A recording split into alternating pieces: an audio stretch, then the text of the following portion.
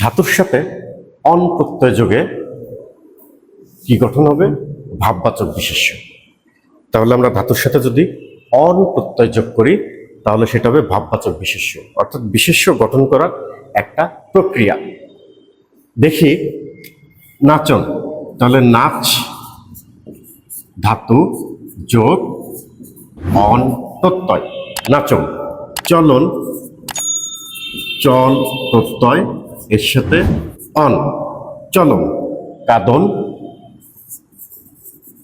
কাদ যোগ অন কাদন। বাঁধন বাঁধ যোগ অন বাঁধন। তাহলে আমরা শিখলাম যে ধাতুর সাথে অন প্রত্যয় যোগ করে ভাববাচক বিশেষ্য বা বিশেষ্য পদ গঠিত হয়।